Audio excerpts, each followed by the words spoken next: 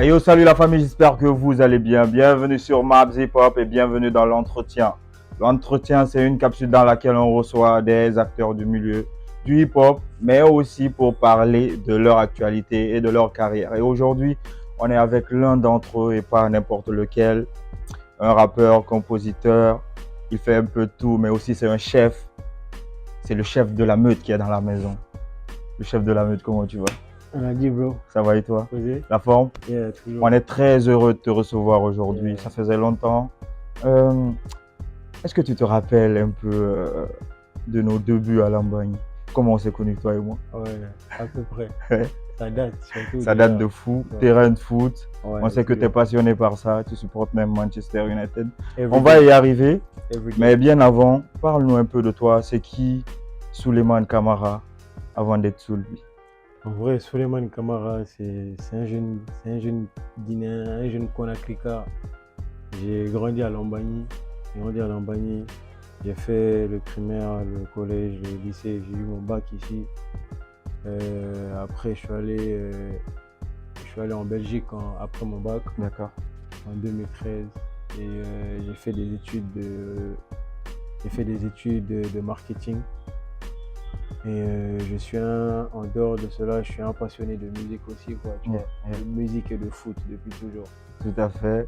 Avant d'arriver dans la musique, tu nous parlais un peu de ton parcours. Le lycée, tu l'as fait au lycée Albert Camus. J'ai fait le lycée Albert Camus et ma dernière année, je l'ai fait à Saint-Jean. Ok. C'était quoi Soulbi en tant qu'élève? Il ressemblait à quoi? En tant qu'élève, moi j'étais En vrai, j'étais pas bête, hein. Nous on est des gars 10 et demi, tu vois, juste pour pas mourir, 11 de moyenne, hein, tu vois. Max, quoi. J'ai toujours été dans ça, tu vois. À part l'année où je faisais le bac, là ça a un peu changé. J'étais un peu plus sérieux.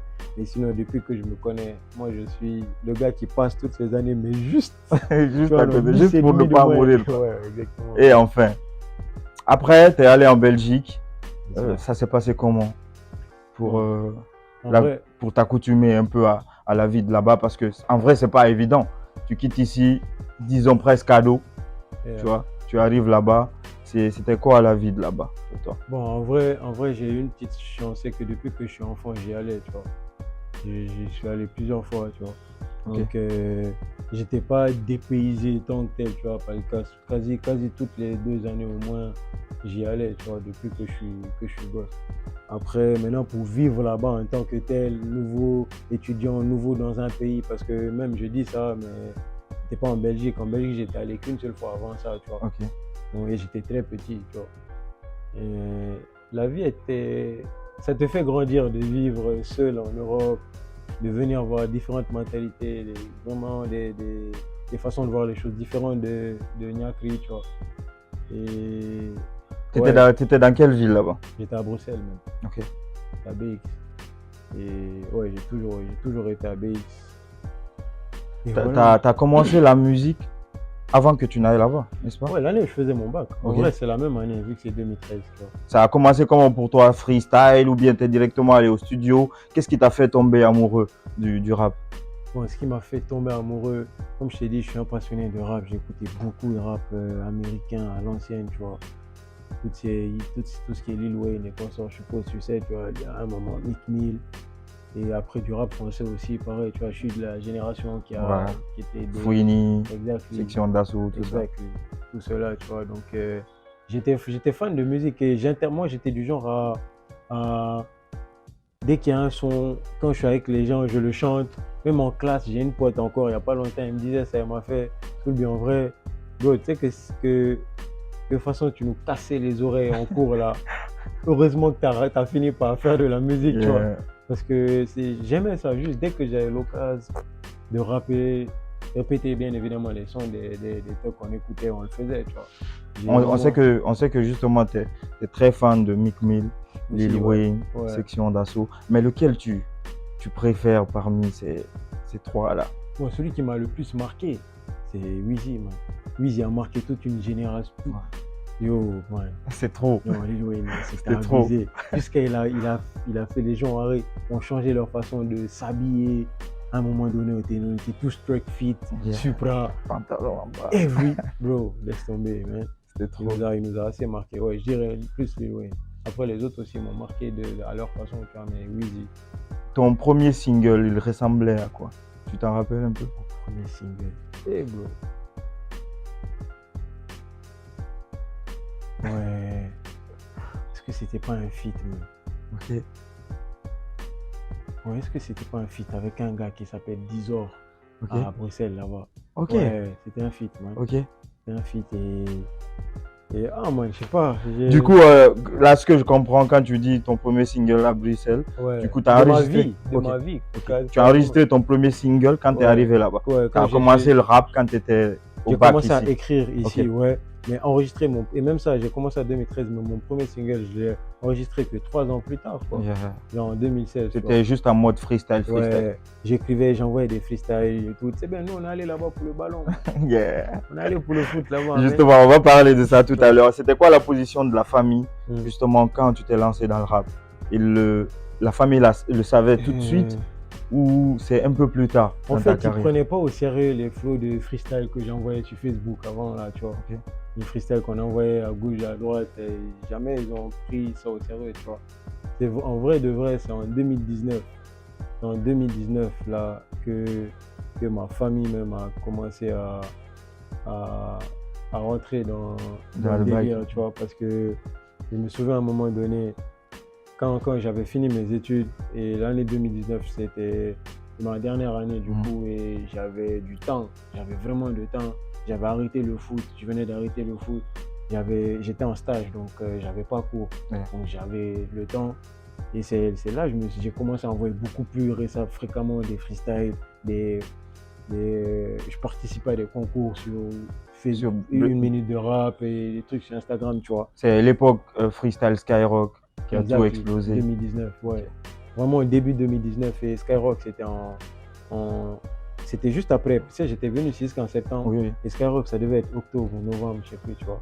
Donc toute l'année 2019, j'ai envoyé. Genre, fin 2018, comme ça, 2019, je faisais qu'envoyer, man. Et c'est là maintenant, il y a eu des trucs et la famille paternelle a quitté Abidjan. Tu sais, parce que moi, les gens, ils savent pas.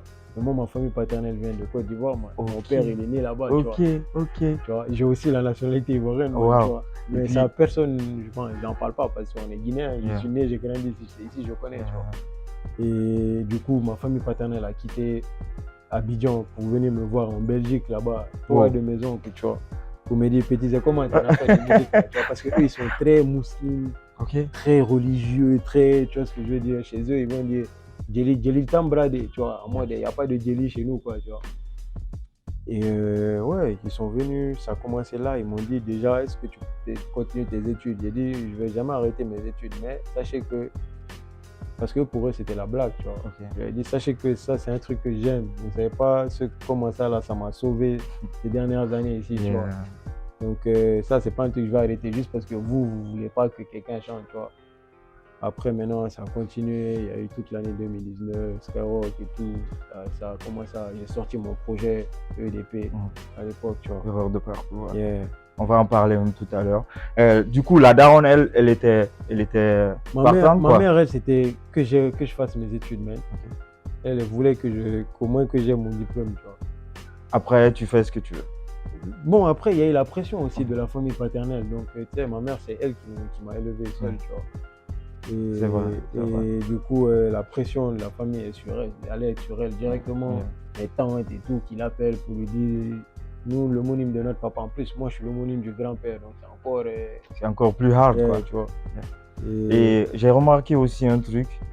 Tu parles rarement du daron, tu vois. Après, tu le dis souvent dans tes sons. J'ai été éduqué que par la daronne, tu vois. Elle faisait office de père et de mère, tu vois. Est-ce que ça te fait quelque chose d'avoir pas connu ton daron? Qu'est-ce qui s'est passé en vrai? Comment tu as vécu ça? Ah bro, en vrai de vrai, c'est bien pour un homme surtout. La figure paternelle, c'est important. Là, les mamans, elles font office de, comme elles peuvent avoir plusieurs rôles à la fois, tu vois. Mais pour un homme, avoir une figure paternelle, c'est aussi très, très important. Tout à fait. Dans ton éducation, tu vois. La mère ne pourra pas faire un certain taf que le vieux est censé faire, tu vois. Et sinon, franchement, moi c'est vraiment dans mon adolescence, là, vers les 14-15 ans, là, que j'ai commencé à voir que Le daron n'était pas avoir là, le quoi. vieux. Surtout, en plus, moi, j'étais dans une école d'enfants à papa sur mon frère, à l'école française, tu vois. Donc, en grandissant, tout ton enfant, de la primaire jusqu'en première, 12e, tu es qu'avec des enfants riches, tu vois ce que je veux dire, et tout le temps, il y a leur daron qui fait ci, qui fait ça. Et toi, tu vois, non, tu dis, et si mon vieux était là, tu vois ce que je veux dire, des flots comme ça, quoi. Mais en vrai, c'est une anecdote, mais bro, moi, j'allais même voir un psy à un moment donné, parce que même les profs là-bas, ils trouvaient que j'étais trop bizarre, man. Moi, j'étais un cas avant. Yeah. T'étais plutôt rebelle. Ouais, bro, je suis toujours un rebelle, juste que maintenant, j'ai grandi, tu vois. Ouais, ça fait, je sais pas, j'ai grandi en ayant la tête très dure, man, tu vois. Mais sinon... Mais après, par quoi tu arrives à compenser cela, ce manque-là? Ou bien on le compense jamais, ce manque-là? Je pense pas, hein. Tu le compenses avec l'amour que tu reçois déjà de base, des gens qui sont là, tu vois, parce que c'est bien, mais tu peux pas sciencer aux gens qui sont pas là. Tu peux pas passer ta vie à sciencer à ceux qui sont pas là, tu vois. Profite de ceux qui sont là et fais avec. Enfin, moi, c'est comme ça que je vois les choses, mais à part ça, à part cette période-là, comme je t'ai dit, ça ne m'a pas plus marqué que ça. Tu vois. Après, tu es un homme, tu fais avec, quoi. Exact. On comprend. Tu es arrivé en Belgique. De base, tu es là-bas pour les études. La daronne le veut. Mais après, beaucoup ne le savent pas. Tu as tenté une carrière de foot. De ouf. Tu vois. Donc, explique-nous un peu. Parle-nous de cette époque-là. En vrai, même en Belgique, bro, je suis allé pour le foot. Parce que j'aurais pu aller en France. Ça aurait été beaucoup plus facile pour moi, tu vois. Mais je suis allé là-bas parce que j'avais un oncle qui était censé avoir certains contacts, tu vois.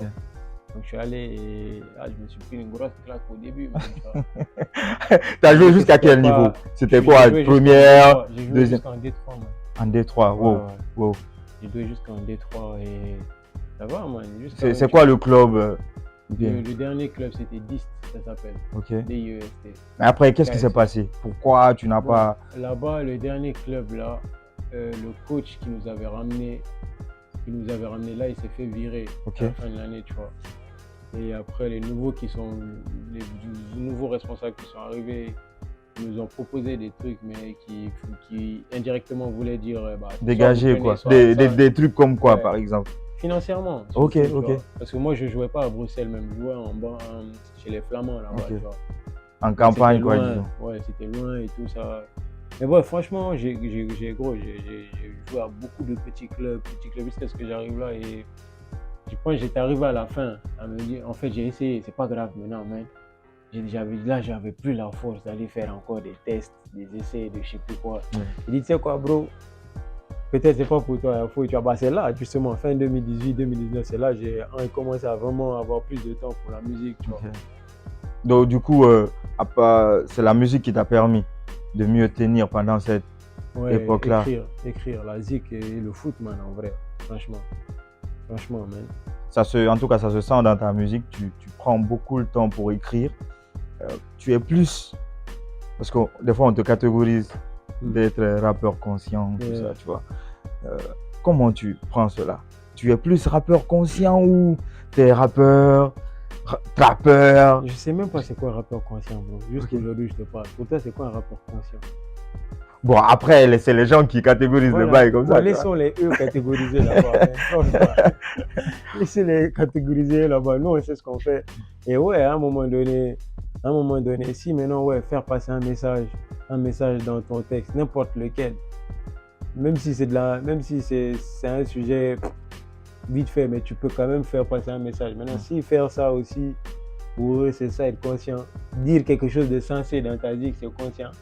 Ah bro, il y a fouille. Tranquille, quoi. En tout cas, tu as une certaine particularité. Tu arrives, même sur un morceau dansant, tu vois, tu arrives à dire des choses, tu vois, que ce soit sur la situation sociopolitique ou des choses qui peuvent marquer le vécu de quelqu'un, tu vois. C'est de ça réellement qu'on parle, en fait. Des choses que des personnes vivent au quotidien, comme toi, tu vois. Et man. Mais en tout cas, à une époque, j'étais bien tout ça, là. J'étais bien... dénonciation et consort, tu vois. Mais non, c'était une époque bien particulière de ma vie et aujourd'hui, je suis dans autre chose. La direction artistique du projet même est dans autre chose totalement, tu vois. Tranquille. Ta situation avec Black M, Mm. elle a commencé, elle est partie d'où? 2019, Ok. freestyle. Ok. Un freestyle que j'avais fait sur Instagram, pareil. Et c'est mon petit frère qui lui a envoyé ça. Je savais même pas. tu Dush. vois. Ouais, man. Ok. Il a envoyé le freestyle. Et il est venu, il a liké. Après, il a partagé. Il m'a envoyé un message sur Instagram. Il m'a dit, bro, lourd, c'est qui s'occupe de toi directement, tu vois. Wow. Et après, en plus, mon projet Erreur de parcours venait de sortir, ouais. tu vois. Donc, ça commence à avoir, il commence à avoir un petit engouement. Je commence à avoir des supporters ici et tout, tu vois. Et tac, man. Un jour, j'étais là. Genre, quand il m'a dit ça, après, ça, je pense que ça fait 1 mois plus tard ou 2 mois même qu'on n'avait plus parlé plus que ça, tu vois. Il continue à liker, mais on n'avait plus parlé. Un jour, comme ça, je me réveille. Je vois, il m'envoie une vidéo où il s'enjaille sur le son incompris. Tu vois, il fait, ah ouais, c'est une blague, man. Tu vois, Clac. et là, mon bro, la section, on a saigné la section toute notre enfance, man. Yeah. Et des personnes qu'on look up to, tu vois. Yeah. Et il pull up sur toi, il s'enjaille sur son son et shit. Ah, bro, c'est carré. Hein. Après, c'est de là, maintenant, toute l'affaire là a commencé. On est devenu un peu plus peace. Ok. T'es rentré dans OVTP. Non, OVTP, c'était bien plus tard. C'était plus d'1 an plus tard. Ok. Et ça, c'est en 2019. Ok. Il a commencé déjà à s'enjailler sur les sons, à kiffer, ouais. à vouloir, tu vois, parce que t'as raison, j'ai vu dans une interview, il était parti en Belgique pour un truc où il a parlé, il dit suivez le rappeur sous le beat. T'as raison. Ça, on n'avait pas encore commencé à travailler ensemble. Et du coup, vous avez commencé à travailler ensemble après 1 minute de rap. Après le 1 minute de rap déjà, freestyle. Après, t'es venu sur le Skyrock. Ouais, c'est ça. Ok. C'est ça. Et même après le Skyrock, c'est pas directement qu'on a commencé à taffer ensemble. On a signé ensemble vraiment en août 2020. Donc plus de 8 mois plus tard, quoi. Okay. Donc il y a beaucoup de choses qui, entre-temps, se sont passées, tu vois. Ok. C'était quoi les termes de votre collaboration? C'était juste un projet. J'étais signé en licence. Okay. 2 projets. Un projet plus un renouvelable si les 2 parties étaient cordables. Ok. Maintenant, pourquoi on a vu, tu avais fait quasiment 1 an sans sortir grand chose à part CVDB. Ouais, après CVDB. Après CVDB. Et on n'a pas trop compris en fait pourquoi cela. Après, il y a eu la rupture. Est-ce que tu peux nous en parler un peu plus? Ouais, je vais survoler pour que vous ayez les informations importantes selon moi, tu vois. Ouais, man. En fait, c'est la production. La production ne se passait pas comme nous on l'espérait, tu vois. Comme on l'espérait, on s'attendait à beaucoup mieux vu la personne avec qui on a décidé de travailler, tu vois. Et dans tous les domaines, hein, même dans notre direction artistique, on s'attendait à beaucoup plus, tu vois. On s'attendait à tout ça, mais au final, on s'est rendu compte que c'est toujours nous qui faisons le gros boulot, tu vois. Okay. C'était toujours nous, tu vois. Donc je me suis, à un moment donné, ça le faisait plus. Donc on a dû se parler et se dire les bêtes, tu vois. Okay. Et ils ont fini eux-mêmes par comprendre qu'ils n'étaient pas prêts pour la production en vrai de vrai, tu vois. Moi le projet là, je le voyais comme plus donner de la force qu'autre chose, tu vois. Okay. Je vais pas cracher sur jamais de la vie sur Black M. Black c'est un vrai négro, man. C'est vraiment un vrai négro de ouf, tu vois. Jamais je vais dire quelque chose de mal de lui ou je sais plus quoi, parce que c'est la réalité, c'est un vrai négro, tu vois. Et c'est juste qu'au niveau du travail, on a décidé d'arrêter. Ça ne s'entendait pas. Ouais, ça le faisait pas. En tout cas, c'est tout à ton honneur de reconnaître ça. Et pendant cette période-là, en vrai, tu as été, dans la nouvelle génération, tu as été celui qui a été très proche, tu vois, de beaucoup plus. Tu vois, de level up, tu vois, parce que tu as collaboré avec Black M, tu as rencontré entre-temps Lefa, vous avez partagé la scène ensemble ici, tu vois. Après, tu as collaboré aussi avec Oli. Peut-être que les gens qui te suivent sur les réseaux savent. Mais pour toi, qu'est-ce qui a calé? Pourquoi? Je te dis, en fait, c'est vraiment cette période-là. Et bro, les gens, ils savent pas, mais beaucoup d'artistes passent par des moments fucked up psychologiquement dans des situations comme ça, man, tu vois. À un moment, je voulais plus faire de son, man. Ça me faisait chier, man. De là où tu es, de quel œil tu vois l'évolution du rap guinéen ou de quel œil tu vois le rap guinéen tout simplement? Moi, ça me fait plaisir hein, que le rap me renaisse ici, tu vois. Parce que avant, tu connais la musique guinéenne, c'était dancehall et mamaya, man, tu vois. Donc le fait qu'il y ait, maintenant, je vois de loin, il y a beaucoup d'événements qui se passent où maintenant le rap est en avant et où on invite de la mamaya, dancehall, agit. Il y a le rap aussi qui est là, tu vois, Yeah.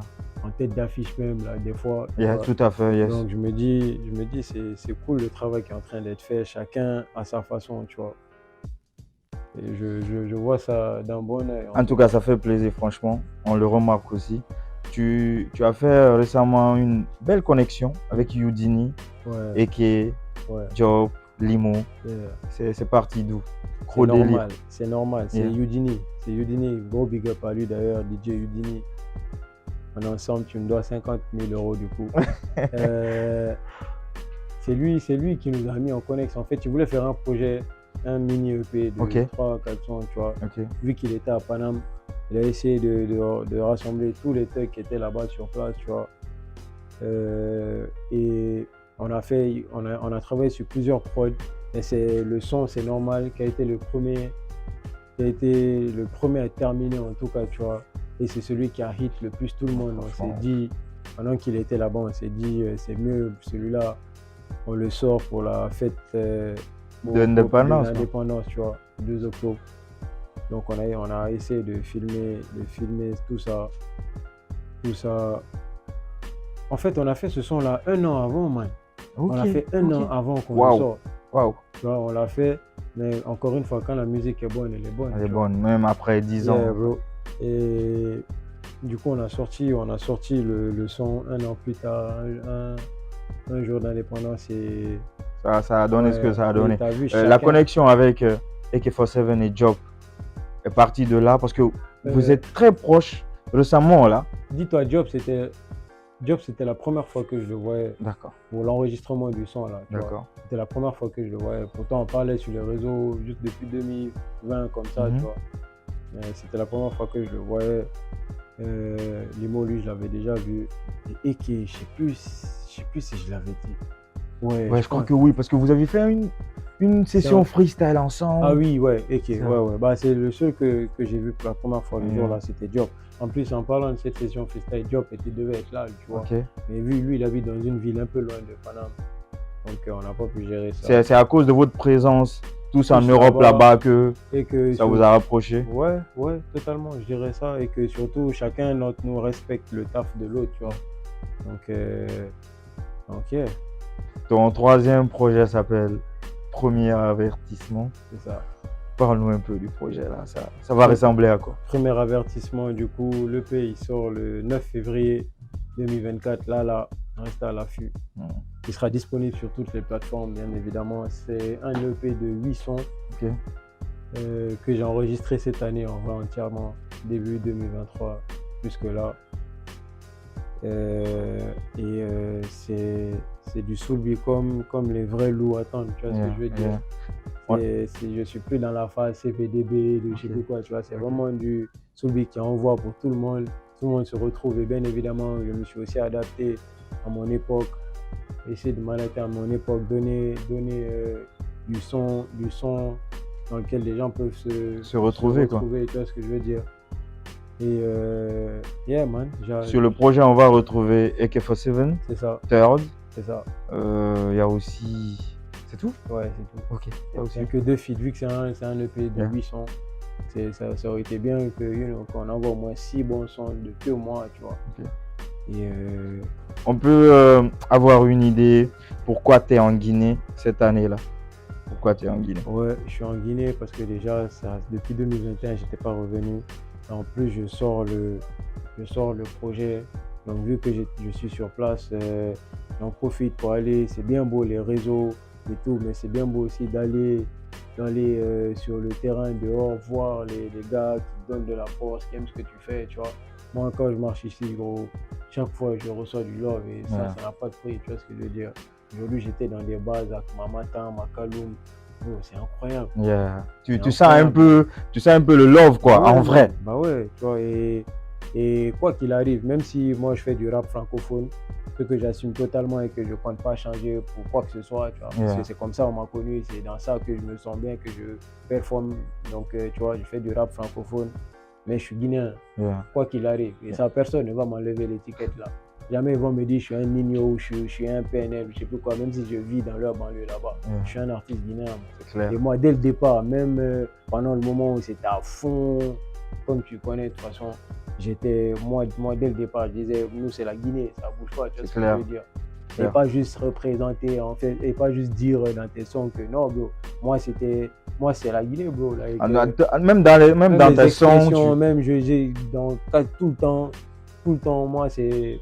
Moi j'en parlais dès le départ en fait, tu vois, parce que pour moi c'est logique, c'est ça que je suis, tu vois. Je suis un Guinéen de France, de Belgique, comme tu veux, mais je suis un Guinéen. Mais même dans tes premiers singles, par exemple avec, comment il s'appelle, tu dis 224 fois, tu vois, tu as toujours des phases comme ça qui font référence au rap guinéen, quoi. En tout cas, ça fait plaisir. Et là maintenant, après, premier avertissement, bien sûr, il va sortir là. Peut-être même quand cette interview sortira, il sera déjà disponible. On va retrouver quoi après? Un album, deuxième avertissement, qu'est-ce qui va se passer? Je pense que c'est plus probable de retrouver deuxième avertissement et même troisième ou dernier avertissement. Après, maintenant, on va partir sur un projet un peu plus conséquent, tu vois.